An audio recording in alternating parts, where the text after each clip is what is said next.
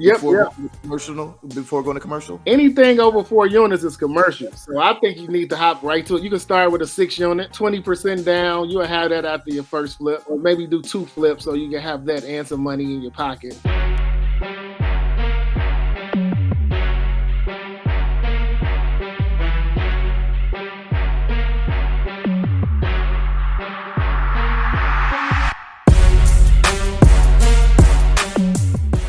What's up, everybody? Listen, I'm here dancing to the song. Bam, bam, bam, bam, bam. It's the second time that I got all hyped in it, but we are here again for another episode of Entrepreneurship Exposed. I'm your guy, Beez, business builder Beez, business buyer Beez, and so much more. We have another great episode here, another great guest, another good friend of mine as well, and I like this conversation even more than probably the last one, only because we get to do the comparison between real estate and buying businesses, right? So welcome my guest, my guy, my brother, Perdure, Coach Carter. What's good, bro? How you doing? What's going on, man? How you doing, sir? I'm great, man. I'm great, bro. I'm always smiling. I'm always happy. I'm always excited, bro. And I'm excited for this conversation with you, man. Me as well, man. I'm glad you invited me to this platform. I'm ready to hear some of the similarities, and I'm ready to share all the knowledge I got for you. There we go. So before we even get started, before you introduce yourself and tell the people who you are and what you do, right? What I want to mention is I always tell people that there are 3 ways to create wealth in this world. 1, real estate. That's time tested, tried and true. Right? Some of the most wealthy people has been building up a huge real estate portfolio. 2, the financial markets, right? That's your stock market, that's your Forex, that's your crypto now, and all of those type of things. 3, owning a business, right? Now, whether you want to build it or you want to buy it, that's up to you, but owning the business is definitely going to help you to create wealth. So today we are talking about the first one, which is real estate. So Coach, please introduce yourself and explain what you do, who you are.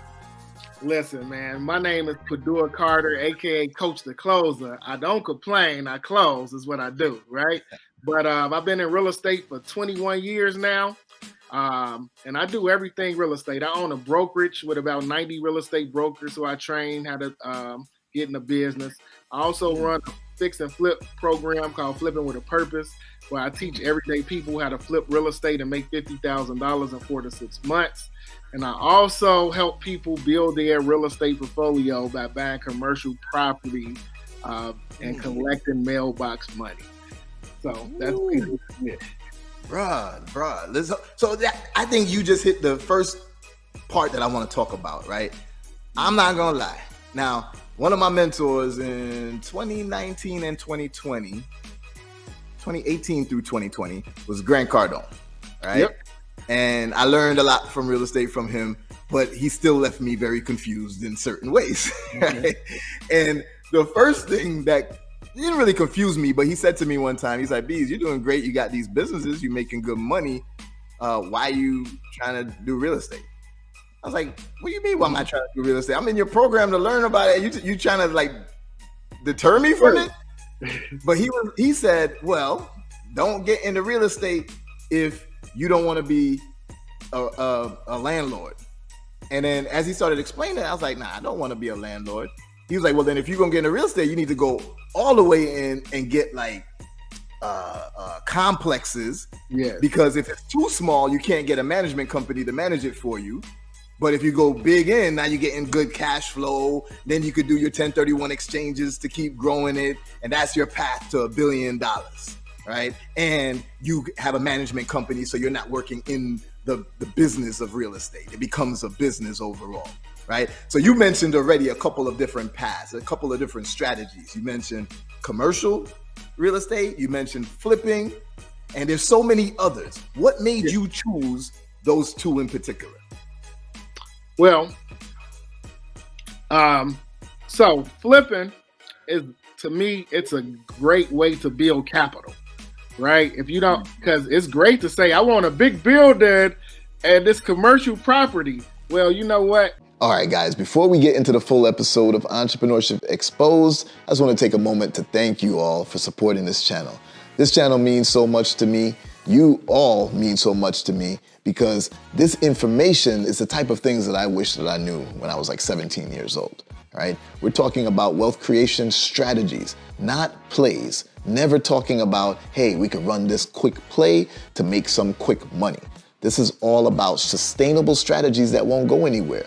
Whatever else you may be doing, this information will supplement it and help you take it to a whole nother level. So what I would love to ask each and every one of you is if you could like, comment, subscribe, turn on the notification bell, do all of that for me. It supports the channel, it helps us to grow, helps us to get this information out to more people so that we could change more lives. So thank you again for supporting. Make sure that whatever you see in here, whatever you learn in here, that you go and execute on it. And then drop a comment and let me know how it went out for you. Hopefully I'll even see you in the BBI where I teach how to acquire businesses and everything about entrepreneurship. Let's go. When you doing residential real estate, you know, when you buying a house for yourself, you only need 3 to 5% down, right? Most people who could come up with that. Now you're talking about buying big complexes. How much you think a big complex costs? Millions, right? We're talking about 1 million, 2 million, 3 million, right? And when you buy anything over 4 units, you need 20% down. The bank is not going to give you all the money because you won't be an investor then. You just, right? They want you to have an investment as well. They want you to have skin in the game. So they'll give you 75 money, right? So you got to come up with 20% of $2 million. Now, that's about $400,000. If you just don't have that land around, you can flip properties until you get the $400,000. Because you got to save that up for on your job. I love that. And that leads right into what the name of your program is, Flipping with a Purpose. Right. Yeah. You gotta have because a purpose for what you flip. You have a specific purpose. Maybe your goal is to get to the large commercial real estate. So your purpose is flipping just to get that capital for the down payment for the large real estate. Flipping is the fastest return on your investment in real estate. Also wholesaling. You can put together the deals and wholesale them and get money fast. But flipping, you're in control more. Explain the wholesale a little bit more. I know what it is, but I want to make sure that... Yeah, for sure. For everybody listening, wholesaling, you can find a deal, right? You found the property. Just say your cousin's selling the property. They told you about it before they told anybody else about it. The property, $100,000. You look into it, but the property worth $150,000. You could go ahead, put that property under contract for $100,000, and then you can assign your contract to someone else or sell them your position in the contract for $125,000 because they say, "Oh, it's worth one." I'll take it. So since you only owe $100,000, they close the deal. You don't have to close the contract. And you get $25,000, right? As soon as they close, just for finding a deal. So that's basically wholesaling. So you can build up capital from wholesaling a property, but you're depending on somebody else to close the deal. When you flipping, you have a little more control because it's in your name. You doing the work. But they both good for building capital to buy properties that you're gonna buy and hold. Because, flipping is a job. You got to keep finding a new property, fix it, boom. But you can have that building sitting there. Once you get the management company, it's really more passive income. And that's why they call it mailbox money. If you got, and you said a key thing about getting a big portfolio. When you get small properties, you can get a management company for 10 units, but what kind of management company is it? Right? People think you could just get a management company. 70% of the management companies are trash, right? They slow, they take more clients than they really can handle because they're trying to get the the management percentage, so they collect as many properties as they can. They not managing it correctly. They not evicting people fast enough. They not turning you your rent fast enough. But when you get up there in the big units, you got the best of the best management companies.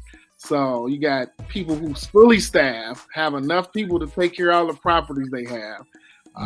So things go a lot smoother when you get up there in them big units. Got you. So first, interject real quick. For everybody watching, all the audience, everybody listening, for the future recording and all, if you hear any slight hiccups on the audio, is it buffering or anything, please, bear with us on this. I think the platform we're using is having some issues because I hear a little bit of buffering. So please excuse that for everybody, right? Now, I love how you got into what is passive versus what is not, right? And I love how you got into wholesaling, because when I talk to people about how you can buy a business, and you could buy a business for no money out of your pocket, most people immediately think, oh, because of credit, right? Sure, you could use credit to help, but you don't need credit. It's how you structure the deal. Then they say, oh, but you got to have a lot of money to do this, right? Yeah, you could use money if you have it, but you don't need it. It's how you structure the deal. And I relate it a lot to the real estate industry, right? Because we even have a technique that I teach in the Business Builders Institute, which is called flipping businesses, right? And the way that I do it is basically kind of like a wholesale method, So there's these things called private equity firms. And the private equity firm, they'll tell you what they want to acquire. Here's my acquisition criteria. Our private equity firm, we acquire companies of this size with this many employees, et cetera, et cetera, et cetera. Then I teach how to find those target companies that those private equity firms acquire, that they tell you, hey, here's my acquisition criteria. Now you got two options. The private equity firm will say, oh, we'll put an agreement in place with you. So anything that you bring to us, you get a fee, right? It's just a flat fee. Or, since I'm teaching how to acquire the business anyway, you could find it, acquire it first, and then sell it to the private equity firm. This is very similar to wholesaling on the real estate, because you already got the buyer lined up. They tell you what they want. I teach you how to find exactly what they want. I actually teach you how to get it to come to you. That's a whole different discussion. And then you just literally are the middleman in between, and you can flip a whole business. And I believe it'll be a higher return than it would be on flipping property. Well, change my mind for that. You know what? I'm not gonna argue. Now, I never flipped a business, but I can tell you, I was gonna become a business broker, because selling a business, just as not as an investor, but just as the broker, you make more for selling businesses than real estate. So, the average real estate commission is about 6%. Business broker deals start at 10%. So they pay 10 to 12% of the purchase price. So I can believe it's more money in that business because of they pay more. Yep. And I think I told you about a deal. I mentioned it on another episode also, but I think I told you about it at one point. And this was, I'm not gonna say what industry it is, but it was a $12 million deal.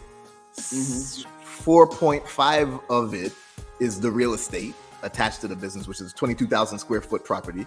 And then 7.5 is the business value itself. And then grossing 9 million, selling for 7.5 million, and their net profit is something like close to 2 million, right? Now, the broker is going to get 10 or more percent of 12 million from that sale. And we literally only did 3 to 5 meetings before getting under the LOI, starting due diligence until it's going to be completed. So yeah, I can imagine being a broker, you're getting all that money for pretty quick process. And because the value of the business is so much higher and the percentage you're getting, I can understand why anybody want to be a business broker for sure. Yeah. And it's not a lot of them. It's not an oversaturated business. So like a real estate broker, how many business brokers do you know personally that's sitting around? Like, You don't hear a lot of people tell you they're a business broker, but you know 17 real estate agents. I mean, yeah, it's true. It's true. Right. And I believe that that's because people see everybody buying real estate, right? Mm-hmm. Even if they never did it themselves, they see other people doing it. So even though it's a little scary, well, I know a bunch of people doing it, so I'm not that scared. I could make it happen. Mm-hmm. But nobody sees people buying businesses. Right? And there's more businesses for sale than people even realize. And there's a huge wealth transfer that's about to happen where there's like 50 million baby boomers in this country and like 12.5 million of them have businesses and all of them are retiring this decade.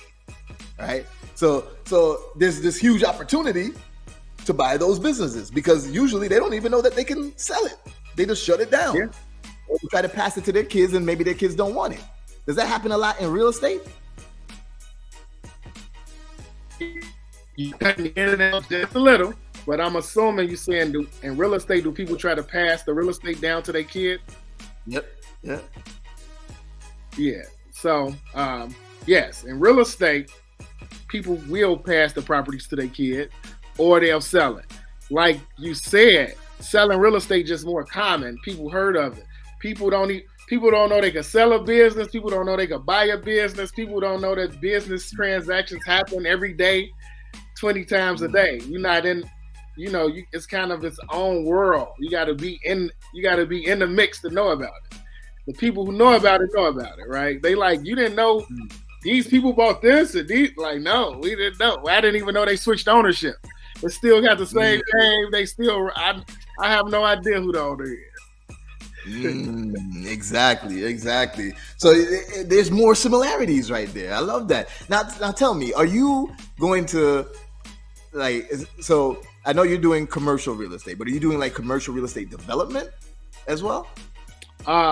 Personally, no, but I'm familiar and we go into that where we're going to start developing communities.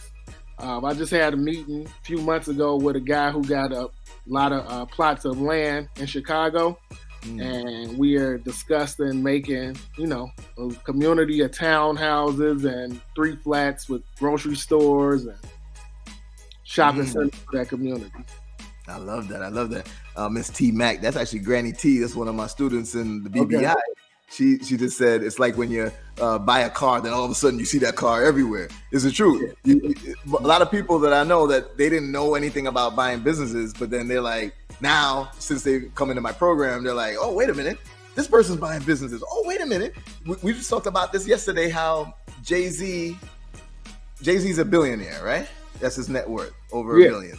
And 56% or something like that of his net worth is from different acquisitions that he did, like title and other things that he acquired, rather than, hey, I just built up my Rockefeller or whatever it was. Right. You know what I'm saying? So yeah, you see it more now. It's just a matter of people realizing that even the average person could do it as long as they get the information and the right mindset. Right. And it's the same thing. And it's the same thing with real estate. It's building out blocks, building out communities. It sounds crazy. It's like, wow, I can't do that. But no, it's easy if you have the information, the mindset, and then you just have to have that path to get to it. So here's a perfect path. Start with flipping, build up some revenue, then use that for, what would you say next? Maybe a multifamily before going to commercial? No, look, anything over 4 units is commercial. So I think you need to hop right to it. You can start with a 6 unit, 20% down. You'll have that after your first flip. Or maybe do 2 flips so you can have that and some money in your pocket. I think you could go 6 units, man, because when you start doing these, if you do a 2 unit, right, and the rent $1,500 each unit, you getting $3,000, got to pay a mortgage like real. Sometimes that extra $1,000 net, but it takes to be a landlord. You know what I mean? Yeah. So I would hop into 6 because now I can have 6 rentals instead of 2. Become more work being a landlord while you building your portfolio to have a professional management company take over. True. So on average, how much can you make per flip? And what markets do you do it in? So you can flip in any market, but I have a technique I've been using that's worked for me. I never lost money on a flip in 20 years. So I usually work in communities that's on the rise, urban communities, communities that's not already fully developed and successful in great neighborhoods, but they come in there. That means the property value is rising. Some properties I estimated to make a certain amount, but the 4 months I was fixing it, it went up $50,000 more than I was expecting because the community's growing so fast because there's a lot of renovations going on, gentrification, different things, So I go into properties that have the potential to be great, but not great already. And on an average flip, I make $50,000 to $80,000. Ooh, there we go. And again, similar approach, right? You can acquire any type of business. I just met somebody recently that he's a bankruptcy consultant, not a lawyer, but a bankruptcy consultant. And he shows you how to acquire businesses that are going through bankruptcy and how a specific way to leave the debt behind so that you can assume the assets and blah, blah, blah, blah, right? And it's similar here. Like you could do it at any path, but I prefer motivated sellers, and I prefer businesses that are a certain size, smaller, right? That has a lot of inefficiencies that I could get in and just make a couple of changes, and it increases the value astronomically. Then I can flip it and sell it later on too for a higher multiple. See, this is very similar because when you said have some deficiencies, we call that value add in real estate. We want a property where it's not all the way fixed up, right? We could do a few things, make it nicer and raise the rent, right? We don't want a property with, like if you buy a business with no deficiencies, I'm sure it's cost more because everything running. It's like buying a total rehab property. Nothing to do in 30 years, you're going to pay the value of it. But when you find something where you can do a few things and add value, the property might look tore up, but we only have to put $5,000 in it, and now it's worth a lot more. So it's very similar. True that. Okay, so then tell me this one now. In the approach that I teach, I encourage the mindset shift of you don't have to own 100% of the business, right? So I may Fatima right there said put some splash in the property. That's your trademark. It's that splash, right? Splash. So you don't have to acquire 100% of the business, right? Instead, I have multiple businesses that are investments that I may only own 30%, 40, 50, 60%. And why? Because I brought other people in, gave them some equity so that they have vested interest in the success of the business, and they're operating in it.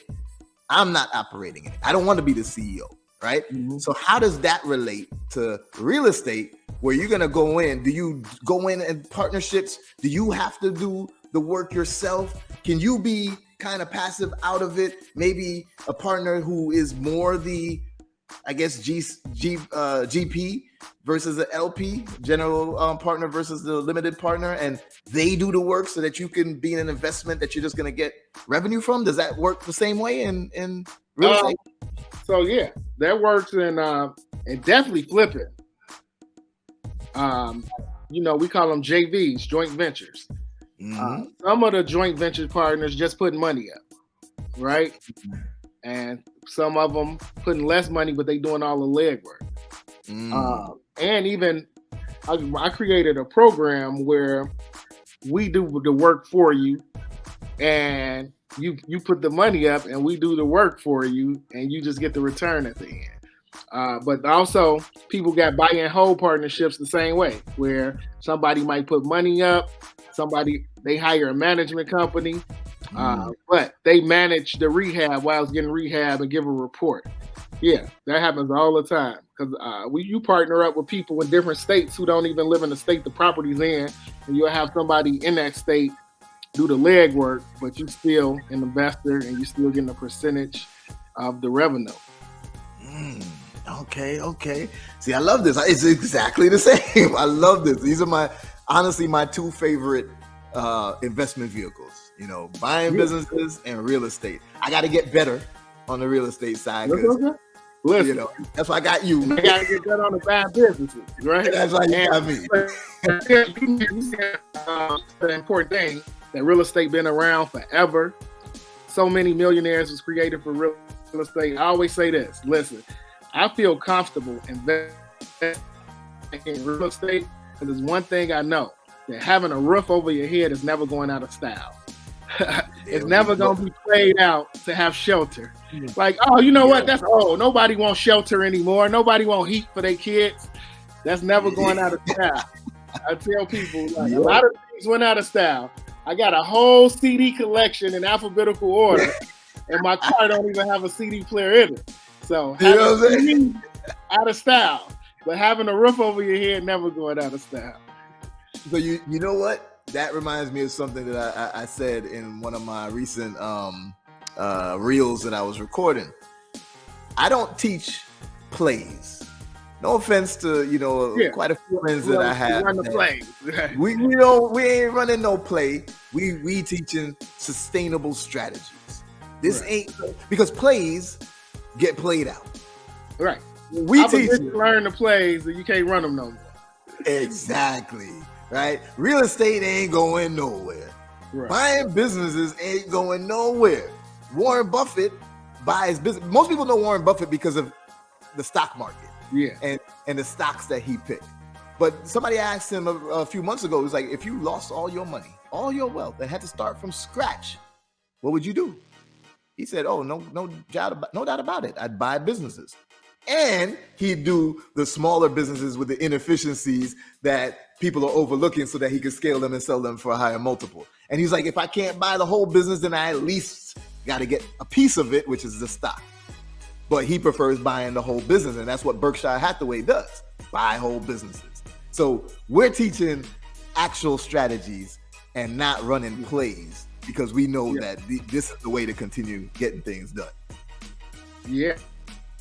I know, everybody know Warren Buffett, and he even got big businesses that's doing well. Like then he bought Coca-Cola and only had a penny to the right. Well, now I think it's a nickel, but they said he started off with 1 penny for each soda, and he made hundreds of millions in the first year just by adding a penny to the price. That's crazy, but that's sit back and do that math, man. You know that's a thing. It's like in real estate, you have the 1031 exchange, right? And for those who don't know, 1031 exchange, you own one piece of property.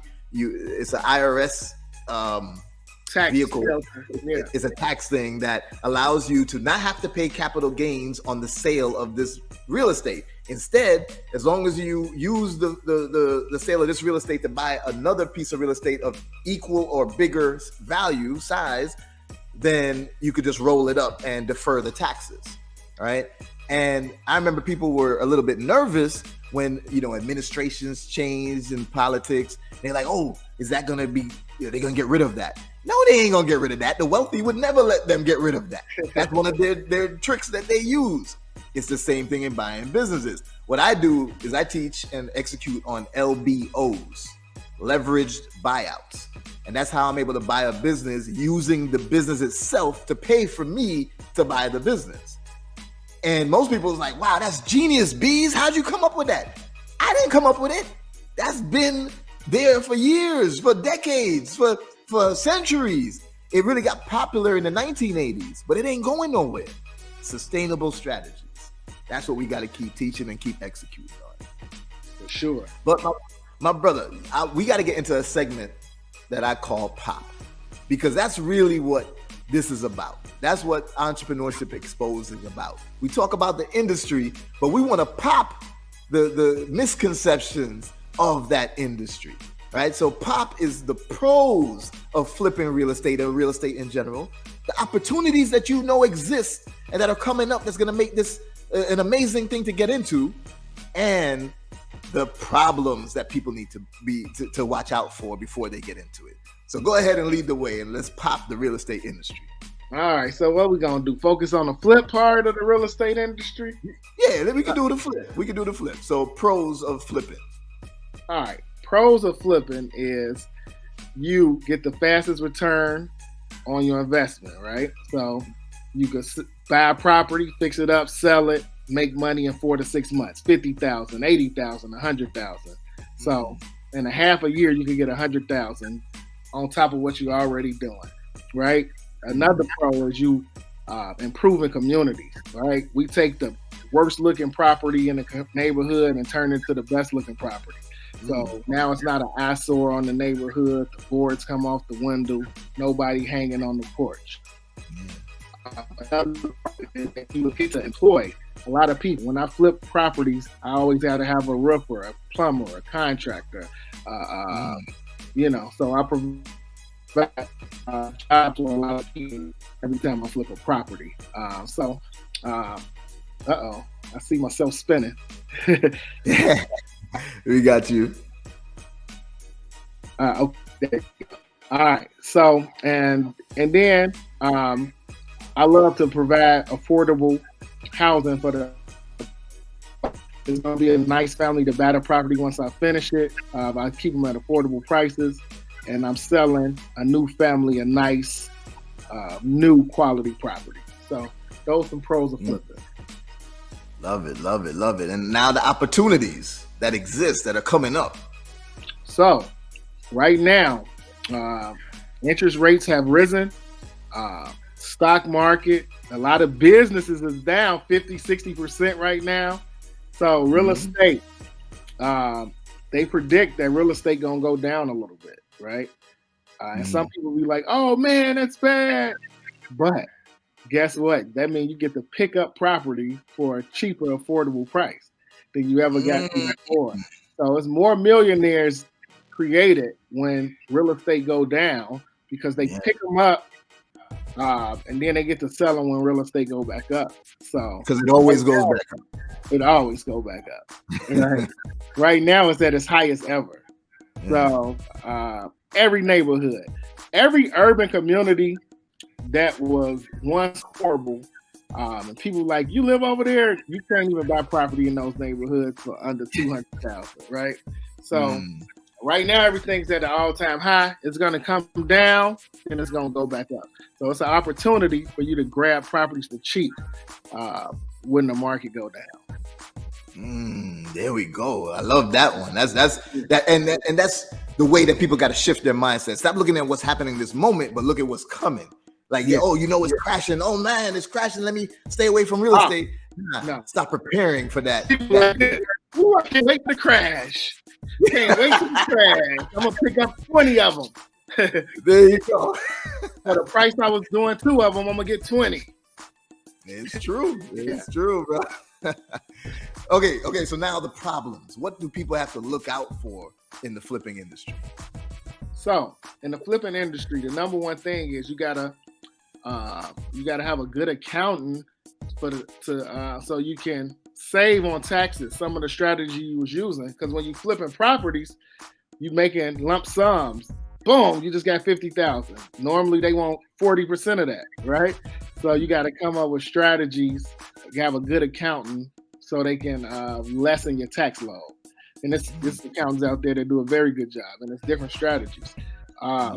Also, things that happen, contractors, when you flipping, you got to have a good contractor because a contractor can mess your project up. If they don't do a good job on the rehab, you're going to be in big trouble trying to sell it at the end. So you got to have a reliable contractor, people who are not going to run off with your money. Because for some reason in this field, you get a lot of people who do some shady things in the contracting world. So having a good contractor and really avoid paying big tax gains on that fast money you're making. Those are some of the problems in flipping that you need to watch out for. Do you utilize a trust in your purchase?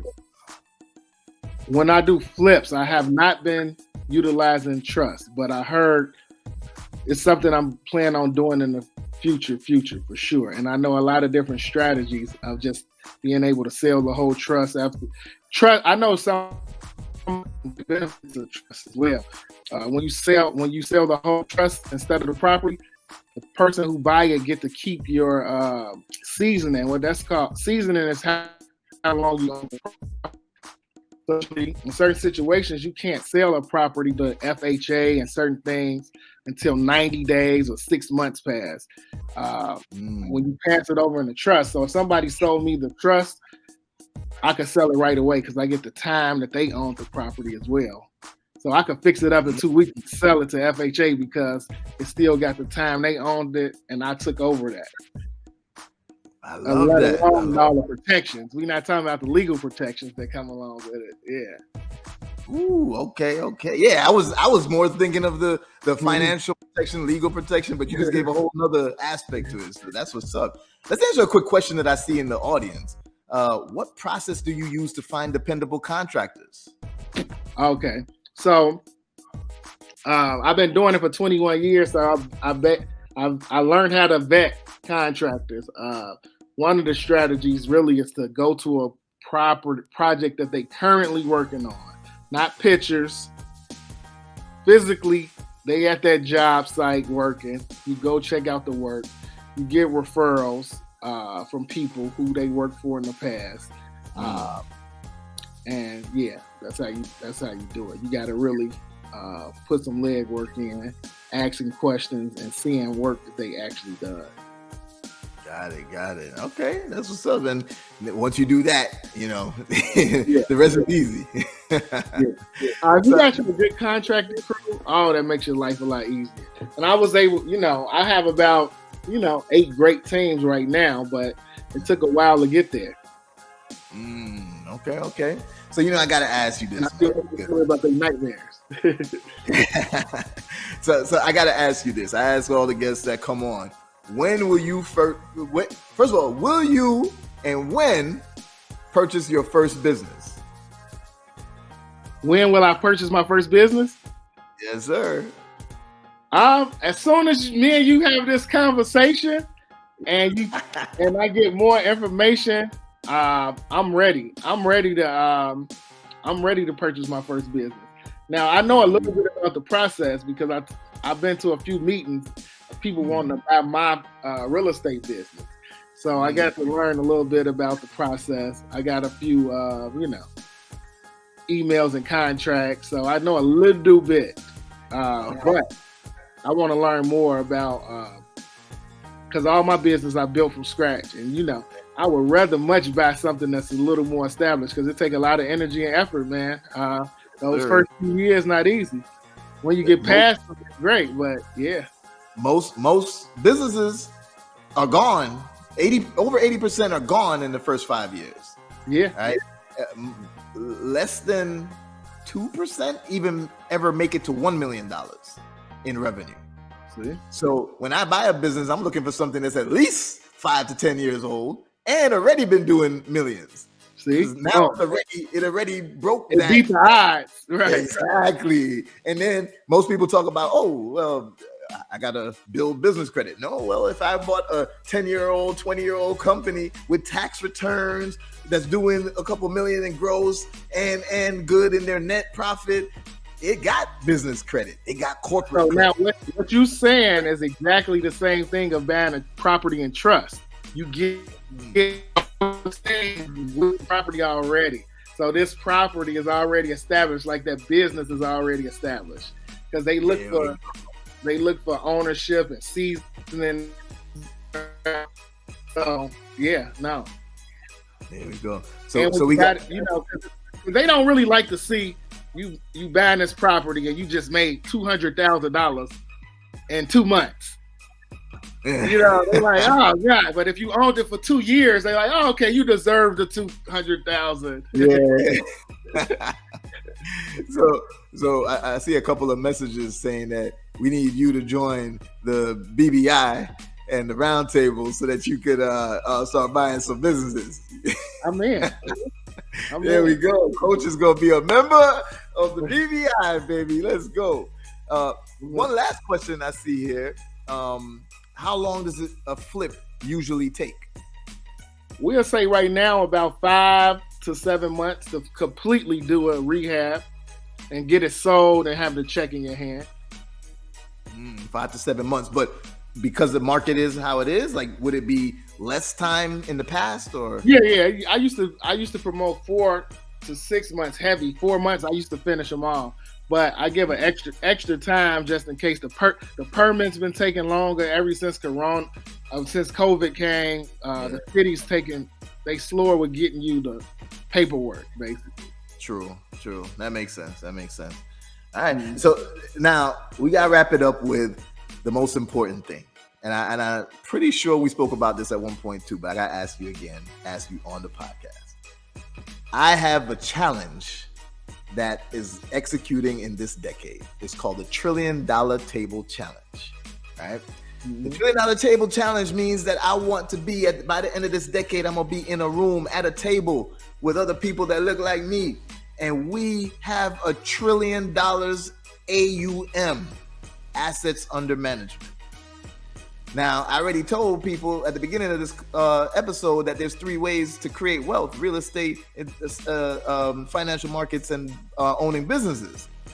Perdure, Coach Carter, Coach the Closer. Will you be at that $1 trillion table, and what method would you take to get there? Yes, I will be at the $1 trillion table for sure. Yeah, and the methods I would take, the 2 we talking about right now: buying real estate portfolios and buying businesses.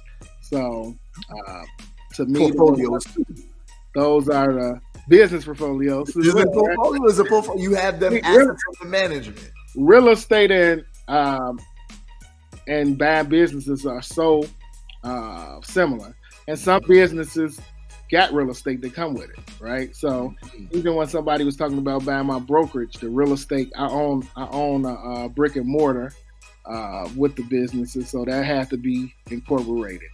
So the appraised value of that building comes into play as well, because they get in the facility as well. So real estate and buying businesses are so similar, but businesses could grow.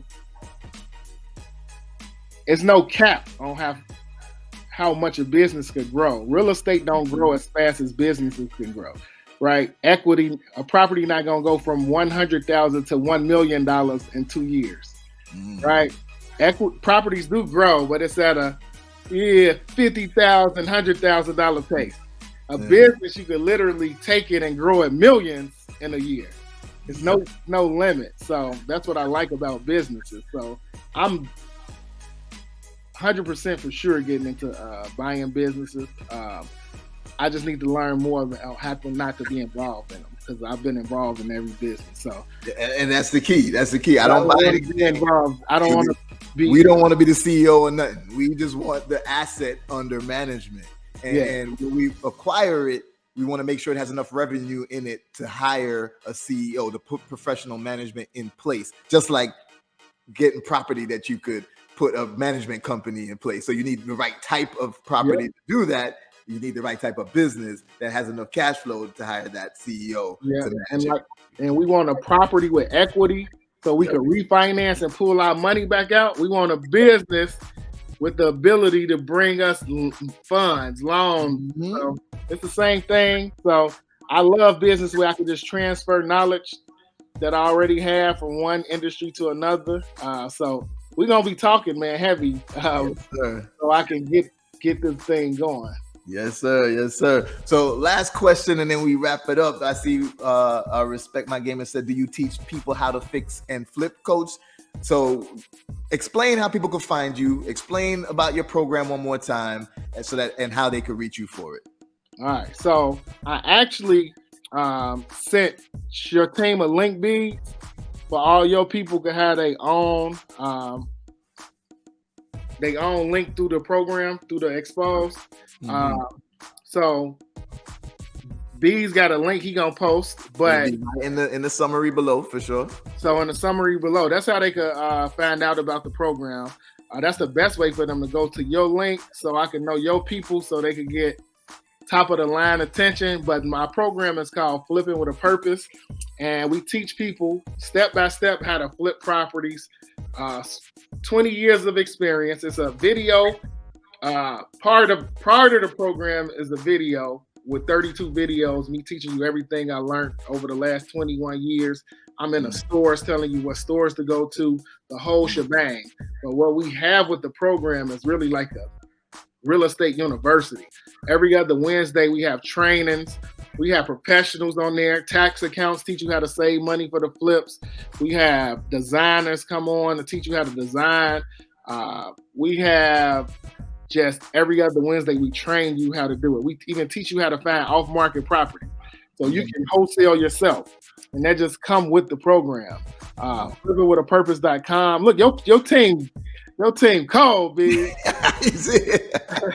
So you can go to flippingwithapurpose.com and learn more about the program. But when you sign up, you want to sign up through the EntrepreneurshipXposed link because you get special privileges from going through that link. Appreciate you, my brother. Appreciate you. Listen, man, as always, it's a great conversation with you. It's always, challenging each other on different things, teaching each other different things, and pushing for us to achieve more and to help more people. So yeah. I really appreciate you. I appreciate what you're doing for the culture, for our people. I appreciate your initiative in making things happen, and I appreciate that you will be at the $1 trillion table. I'm at the $1 trillion table. Yes, sir. Yes, sir. Hey, look, you got the trillion. That's a word you don't hear people talk about a lot. I hear billions and millions a lot. You done stepped it up to the trillions. That's right. That's right. Because we can't think that anything is below us, right? Nothing's above us. I mean, it is one of my favorite sayings. I tell people, dream big or dream bigger, right? I got that from when people would say, go hard or go home. And then I was like, nah, it's go hard or go harder. Why am I go home? So then I changed it to dream big or dream bigger, because when you hear $1 trillion table, you're like, oh, that's crazy. We can't make $1 trillion. What? Hold my beer. Because I'm going to get to $1 billion, and I'm going to show others how to get to $1 billion, so we could get a room of people that have $1 trillion collectively assets under management. That's not $1 trillion cash in my pocket. Right. That's $1 trillion assets under management. Mm-hmm. Yeah. Hey, let's go, man. Thanks for having me. Thank you very much for being on here. Thank you for another episode of Entrepreneurship Exposed, where today we expose the real estate flipping industry with my guy, Perdure, Coach Carter.